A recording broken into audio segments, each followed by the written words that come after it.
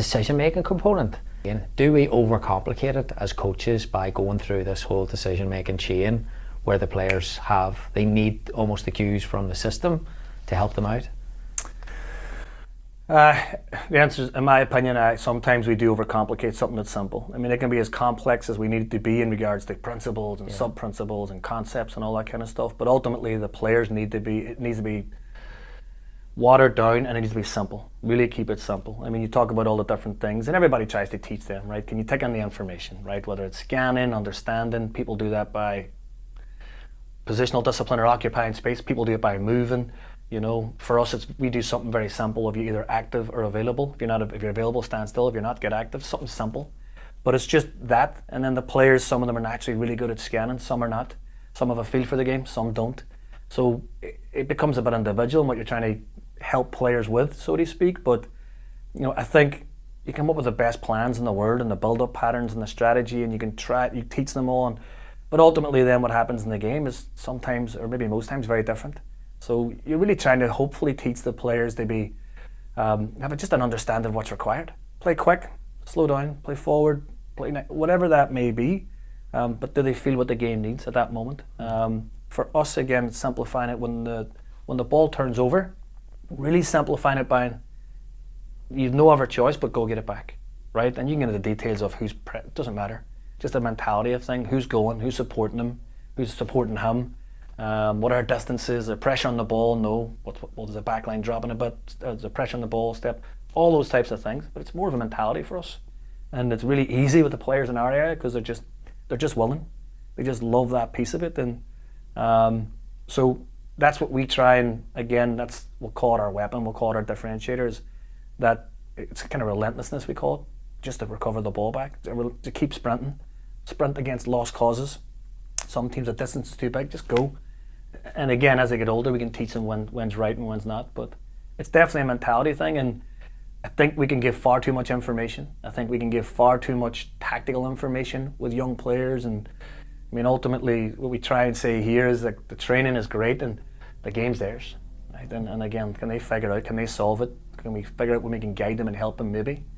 But based on watching a lot of games, I think we've gone towards what the coaches think it's about them too much versus the players. And it's something we challenge ourselves to try and not be that way. And guilty as charged many years of thinking it was about me, for sure, for many years. And you get older and you gain perspective, and you realize that, you know, and we try and again go back to simplistic things of it's about them. Let's find out what they learned. Let's find out what they can do.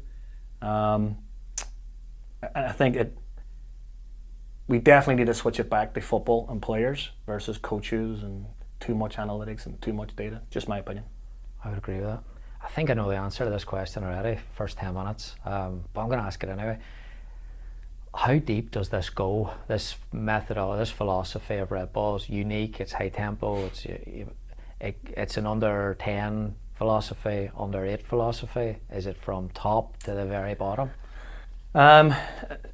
So here in New York, we kind of develop it phase specific. So as the younger age groups, and again, most clubs do this, right? With the ball mastery, the ability to be able to do be brilliant at the basics, right? And I'll steal that from Kev Thelwell, who says that. But we want to develop players who are brilliant at the basics, who can do the simple things, control, pass, have a decent awareness of what's going on around them, dribble, finish. That's the simple stuff. And then as they get older, we'll find out what they're really good at, what they need help with. So that's what we try and do. Genuinely, the ball recovery stuff's the easiest part. Because they just go after it. They're just willing and they can go. As they get a little bit older, then we can teach them how to be close together, how to come from all different angles and different, where to come from, back press, and how that can be effective in winning the ball. Ultimately, they score goals. Everything's about scoring goals, creating goals, winning opportunities. So, like anything, it's like, well, why will I do this? Because they will do this. Just give them their why. So we do try and build it systematically, phase by phase, Gary. But again, we're just looking for players, and we talked about the decision making. Do they know what to do and when, and are they doing it consistently, or are they not? And again, that's going to be less consistent at younger age groups, which is fine. Bravery, make mistakes is something we definitely praise. And like sometimes, I might have talked about this the last time, but somebody's in a 1v2, it's like, pass back. Nah, go on. Can you take 2? Like, we can't develop creative players by saying, well, that's numerical disadvantage. Yeah. Like, no, it's nonsense, right? And again, other countries are definitely better at us than that. The Brazilians are 1-3, go ahead, no problem. Or so I think we have to be able to, again, be okay with them not being successful, so to speak. It's not a mistake, it's just not being successful in that action. But really trying and encouraging young players, they just be creative, because in our opinion, creating and developing difference makers, that's the ones who wins games. Those are the ones that are worth the most money. So there's millions of players who can do it all very simple. But then those types of players, is you have to give them the freedom to go and be creative, and so that's what we try and do at the younger age groups as much as we can, and then hopefully we have more of those players coming through that as they get older, then the nuances of, everything, which spaces they occupy, are you a goal scoring whatever it may be, doesn't matter. But that's kind of how we look at it. Non-negotiables are, as I said, Red Bull, can we play forward? If we can, then let's do it.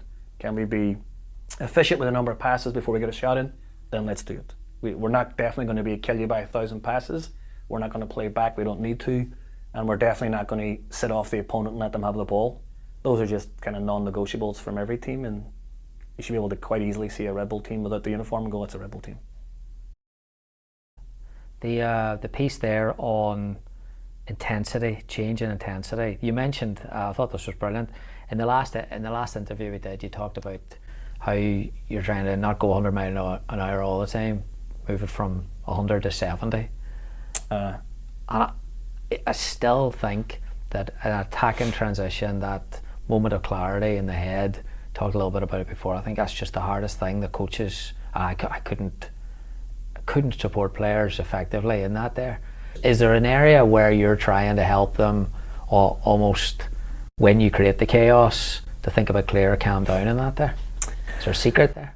So the 100 to 70 is, again, because you play with intensity and you're playing with, especially when you recover the ball, right? So if you're going to go counter pressing, you've won the ball, then you have to have that 70 moment of clarity. But ultimately, that's some of the big moments in the game, because that next decision, you can either be going to goal and creating a chance, if you're sprinting back 70 yards and trying to block an opportunity in your own box. So that 100 to 70 is a really big moment for us. We use it a lot for finishing. So when you get in that moment, I just remember Thierry Henry was the best at it. He would just seem, because he was an absolute Rolls Royce, and he would glide across the ground. But then he'd always find a way to get the ball into his strongest foot. He'd open up his body. So he'd go from that 100 to 70 and clarity in his moment of finishing.